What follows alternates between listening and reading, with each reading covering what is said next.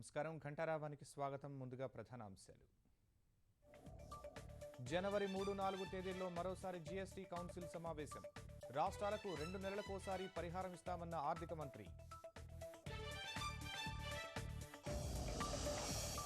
అట్టహాసంగా ప్రారంభమైన న్యాయవాదుల క్రికెట్ టోర్నీ. పోటీలకు ఆతిథ్యం ఇవ్వడం ఆనందంగా ఉందన్న చంద్రబాబు.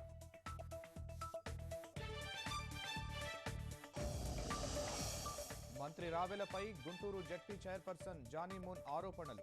ప్రాణహాని ఉందని జిల్లా ఎస్పీకి ఫిర్యాదు.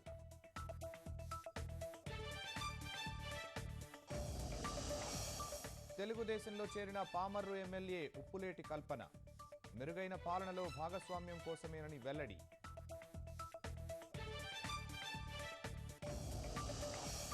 ఉత్తరాఖండ్ సీఎంకు సీబీఐ సమన్లు.